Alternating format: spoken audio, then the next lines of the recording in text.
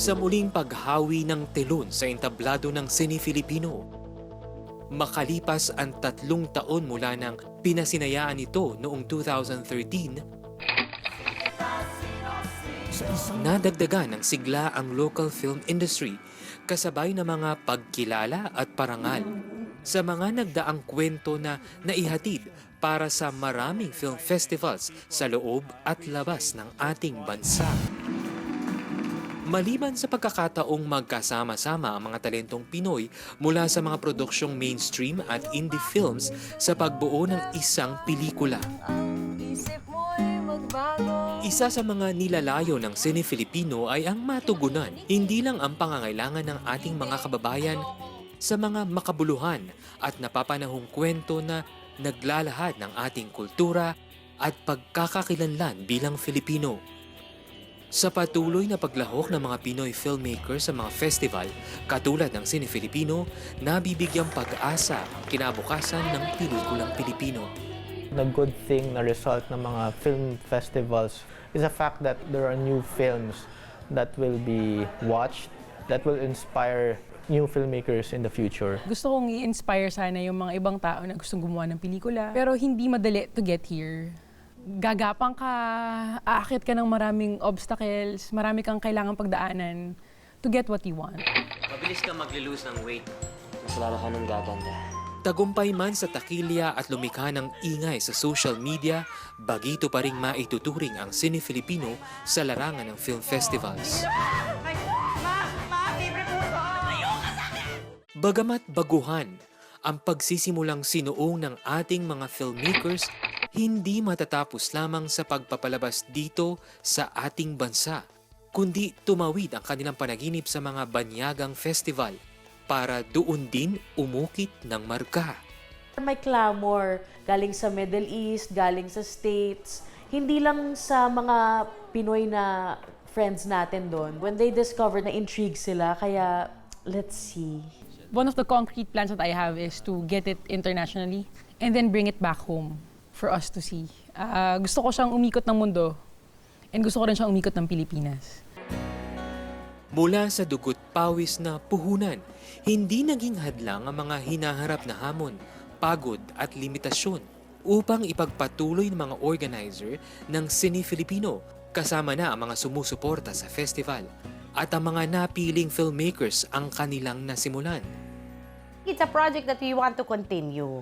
Ang katanungan na lang dyan, will we do it every 2 years or we will do it every year? So those are things that we are planning for. Yung pinaka straightforward na good thing na result ng mga fun-giving film festivals is the fact that there are new films that will inspire new filmmakers in the future. Because all it takes for them is to submit a good idea, a script, and then to pitch the idea to a panel, and then makakagawa na sila ng pelikula.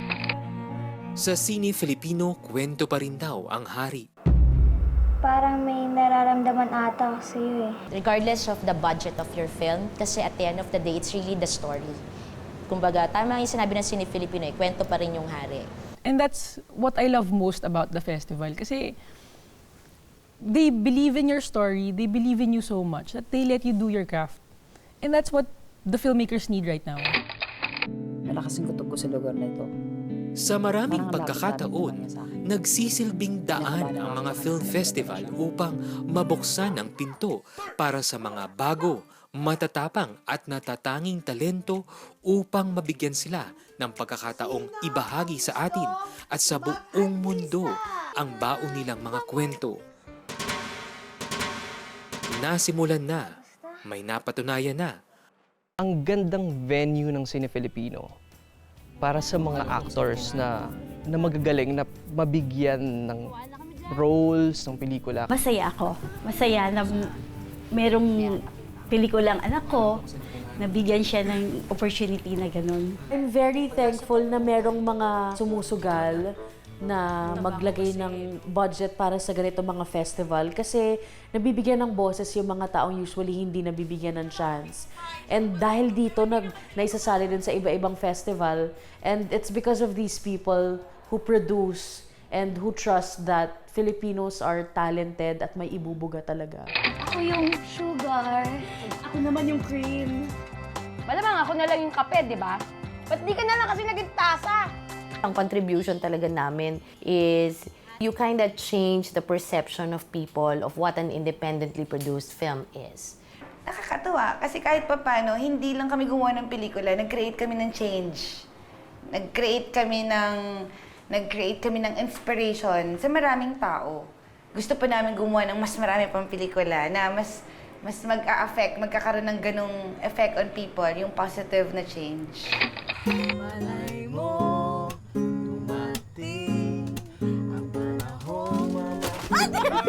Ito ang kwento ng bawat Filipino. Ang mga kwentong nagpakilig, mga isyong kumiliti at nagpagalit. Ito ang mga kasaysayang umantig, naglalarawan at bumubuo sa ating pagkatao. Ano yung mga naging artista? At kumalabit sa damdamin ng mga manonood at nagpaalala na ang kwento nila ay maaring kwento mo rin. Mga storya may kurot sa puso at kabit sa bituka. Produksyong kakarampot man sa budget pero hitik naman sa kalidad. Yan ang hatid sa atin ng Cine Filipino. Sa muling pagbubukas ng Cine Filipino, hindi lamang nadagdagan ng suporta para sa mga kapatid nating mga filmmakers. Naipamalasdan nito na kaya ng pelikulang Pilipino na magbigay aral at iparating ang mga mensahe at kwentong sumasalamin sa ating lipunan. Para sa Kaya, ako po si Jay Orense.